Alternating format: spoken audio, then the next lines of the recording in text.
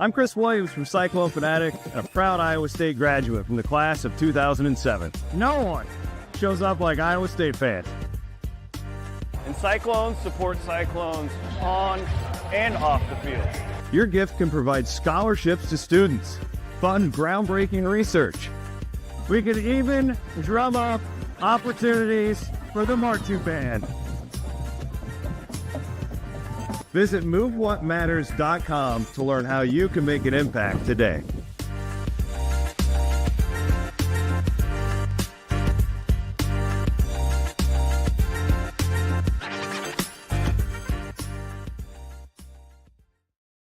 He's the prime cut passer from behind the meat counter. It's Fairway Frank. And introducing a 6'3" center who's a cut above the rest. Say hello to Audie Crooks.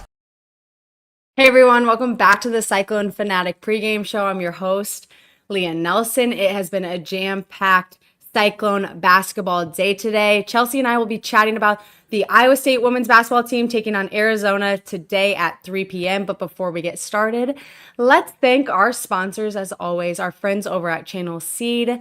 They are sponsoring both the men's and women's shows this year, so we're super excited to have them on board. We love Channel Seed, and they are some great people. And then our friends over at Fairway Meat and Grocery, once again, they are great friends of ours, great people, great supporters of Cyclone Fanatic, and so we're super excited to have them on board as well.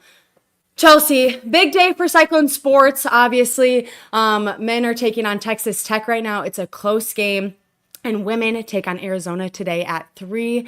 What can we expect from, Iowa State coming off of a big win and Arizona coming off of a tough loss against Baylor? I think you can expect, hopefully, Iowa State coming in with some momentum after the big win this week. And then I think for Arizona, it was an overtime game versus Baylor. So, I mean, they've proven that they could compete with Baylor, who has a great team. And then, to lose in overtime, they're going to come in with a little bit of a chip on there. They're going to come in fiery, a chip on their shoulder. And it's just going to be another good game. I don't think from here on out you can expect Iowa State to just absolutely wallop anybody. Big 12, everybody's good. We talked about it in the last couple of games. We think Iowa State just needed one great game where they can really is your puppy in there? Yeah, they all just came in. They're so cute. They're all just like, Mom, I'm home. Aww. Yes, we're gonna get great views on here now that we've got dogs, kids, whatever it is, puppies. So we talked about how Iowa State just kind of needed one game to kind of boost their confidence. And I think that last game was great for a bunch of people. AJ, obviously Emily has continued with a few great games, but are there a couple Arizona players that we need to look out for, some of their big girls? Yeah, I think Cunningham and Bay are going to be a good matchup for Audie Crooks down low. Those two are their bigs that have been a big presence for them and have put up some numbers. Jada Williams and Lauren Swan having some tremendous guards for them. Lauren Swan is a freshman. She was Big 12 freshman 2 times. And so they have some key players that have done a lot of things, and a Swan is a 3-level threat. So Iowa State's going to have to lock in on that scouting report, lock in on that perimeter defense, because they have some good 3-point shooters. They might not have shown it quite so much in the Baylor game, but I mean, they have the ability, and I think it's going to be a pretty good matchup because you have Swan versus Emily Ryan being a veteran, Swan being a freshman, but still putting up numbers and doing some damage to teams already in the Big 12. You made a note before we started recording that, obviously Iowa State is a young team, but so is Arizona. They had what did you say? Two seniors on the team? 2 seniors on their roster. So it'll be a good matchup.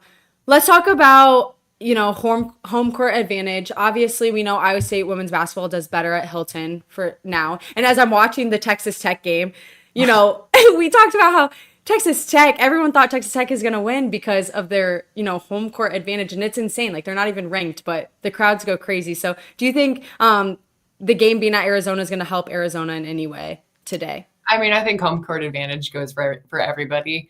Arizona has a great crowd. If you guys watched the Baylor game, you could hear them roaring just like Hilton. So anyone with a home court advantage, and Iowa State, winning a road game already. Hopefully they have that momentum and confidence going into, I'm assuming they didn't travel back to Iowa. No, I think it was a little like road trip. I think they stayed in Arizona. Yeah. I mean, that would have made it a lot easier. They don't have to adapt. They don't have as much travel. So they'll be well rested going into today's game.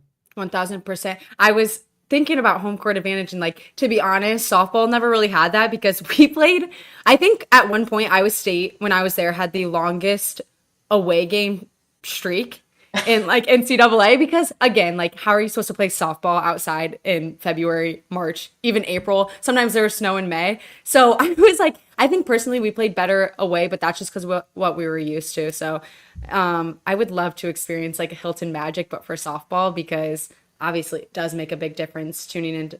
Iowa State is now losing, or is down only 5 against Texas Tech. Sorry, I'm like distracted. I'm like, such a big day for Cyclone. Next. What'd you say? Bouncing from one to the next. And literally I'm like, da, da, da, da, but I love it. I wouldn't have Saturdays any other way. But obviously Iowa State had a lot of people kind of step up last game. Are you hoping to see anyone new step up this game to help them come out on top against Arizona? I mean, I'm always open for new people to step up, but like Ariana Jackson, AJ last game, stepping up and making 9 threes right out of the gate in like 6 minutes. I think I'd love to see that again, but you know, you can't expect that for every game.